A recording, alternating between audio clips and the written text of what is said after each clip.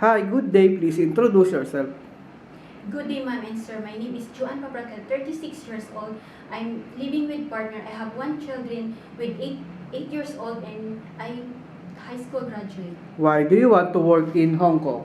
I want to work in Hong Kong for my family needs and for my kids' future. Do you have working experience abroad as a domestic helper? Yes, I have working experience in Kuwait for 4 years with 2 employers as a domestic helper and 2 years in Qatar as a domestic helper.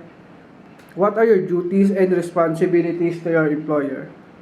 My duties and responsibilities are cooking, cleaning, washing clothes and dishes, and all household chores. Did you take care of baby, child, or elderly? Yes, I took good care of baby and children. Can you tell us how can you take care of them? By bathing, feeding, changing diaper and clothes, and sterilizing the baby bottle. Aside from taking care of them, what is your skills? Aside from taking care of them, I know how to cook Filipino and willing to learn how to cook Chinese food. What are the traits necessary to be a good domestic helper?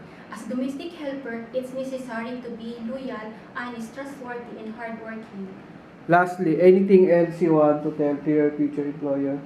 Hi, Madam Sir. Please choose me as your domestic helper because I am loyal, honest, trustworthy, and hardworking person.